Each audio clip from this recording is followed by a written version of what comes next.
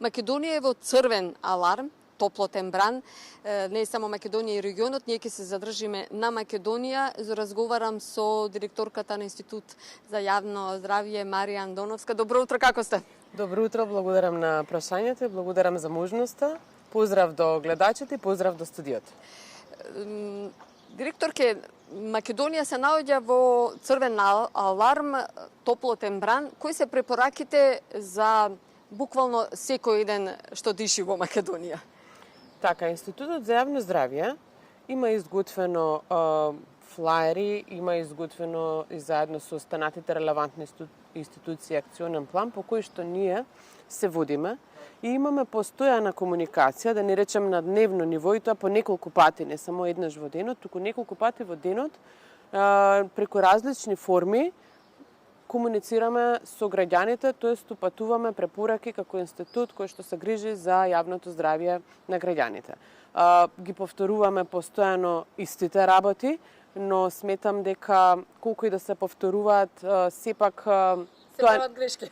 Сепак не е тоа доволно на некој начин, бидејќи луѓето знаат да си кажат да, па јас веќе ова го знам, и да не се придржуваат, и понатака кога ќе се најдат во некоја непријатна ситуација да се споменат дека навистина требале да се придржуваат до мерките, но ние не се откажуваме. Наша обврска е да ги повторуваме, нели, сите оние работи кои што значат јавно здравје за граѓаните, така и ова утро јас ќе апелирам до населението во овој период да се избегнува, доколку нема потреба, нели, да се избегнува седење на отворен простор, особено помеѓу 11 часот и помеѓу 17 часот, нели, сите оние активности што ги имаат луѓето кои што не се на работа, нели, да ги обавуваат пред 11 часот или после 17 часот.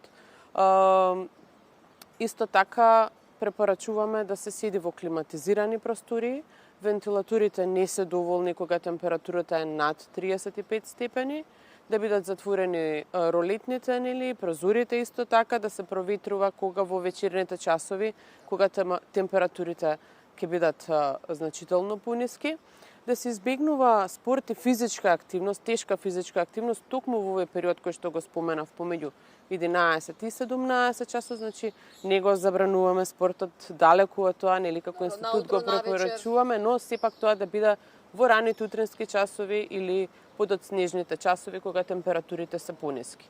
Исто така да се внимава и на исхраната, да не се јаде премногу калорична храна, зачината храна, да не се јаде храна богата со шеќери, со масти, туку да се јаде некоја полесна храна во овој период, која што е сосема доволна.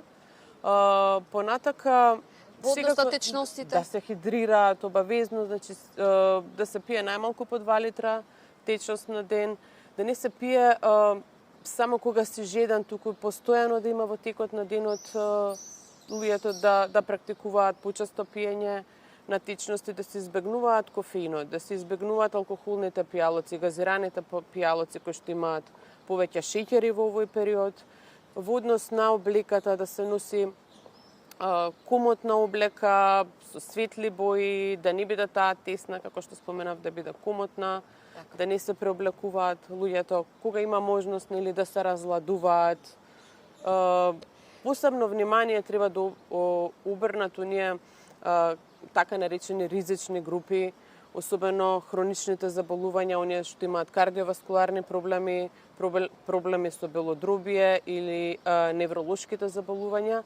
Редовната терапија да се ја зима, да не забораваат да се ја зимаат редовната терапија, да се придржуваат до советите кои што ги кажуваме, и доколку кај било кој од граѓаните да се јави било каква потешкотија, губење на свест, несвестица, некоја друга состојба на здравјето која што не е нормална, да се јават веднаш кај својот матичен лекар. И секако сите граѓани да се информираат и да ги следат советите на надлежните институции, како Институтот за јавно здравје. Навистина убаво кажавте, во однос на онаа ризична група, сигурно секогаш треба да се повторува, можеби постојано треба да бидат, како што и вие кажавте, во контакт со своите матични лекари, меѓутоа и она континуирано внесување на течност, односно вода, Сакам да ве прашам кога ќе се најдат во состојба на отворено на сонце, што првенствено треба да се направат?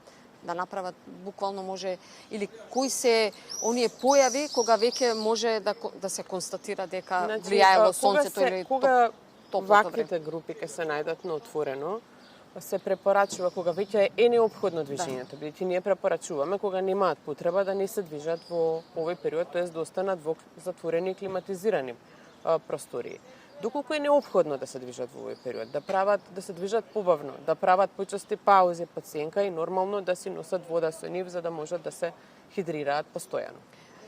Автомобилот е неизбежен кога ќе влеземе под сонце или под сенка, во секој случај многу е поголема температурата во автомобилот. Што треба да се направи пред да се управува со моторното возило? Пред се би споменала една работа која што исто така е многу често се практикува и доаѓа до несакани последици, а тоа е кога во климатизиран автомобил температурата ќе ја направите многу ниска и има голема разлика со она од кога ќе излезете од автомобилот.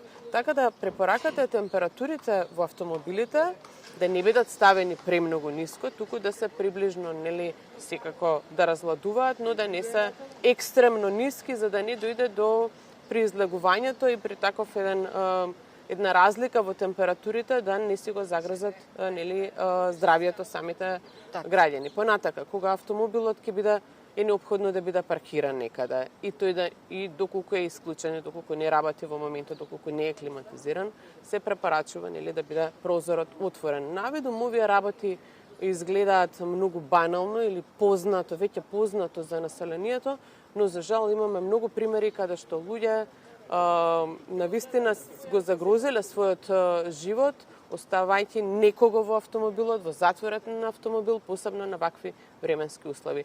Така да препораките се и во таа насока, иако се познати, сепак да се почитуваат. Така, треба да ги повторуваме, затоа што мислиме дека, како што и вие, ќе ве повторам, мислиме дека се знаеме, меѓутоа знаеме да правиме грешки, а не дај Боже да бидат кобни. Ке ви се заблагодарам за директното вклучување во утринската програма на Македонската телевизија. Се гледаме во следна прилика. Благодарам и на вас. Сте ни потребни секогаш. Секогаш сме тука. Институтот останува отворен за сите оние граѓани кои што имаат потреба за било каква консултација. Благодарам уште. Благодарам.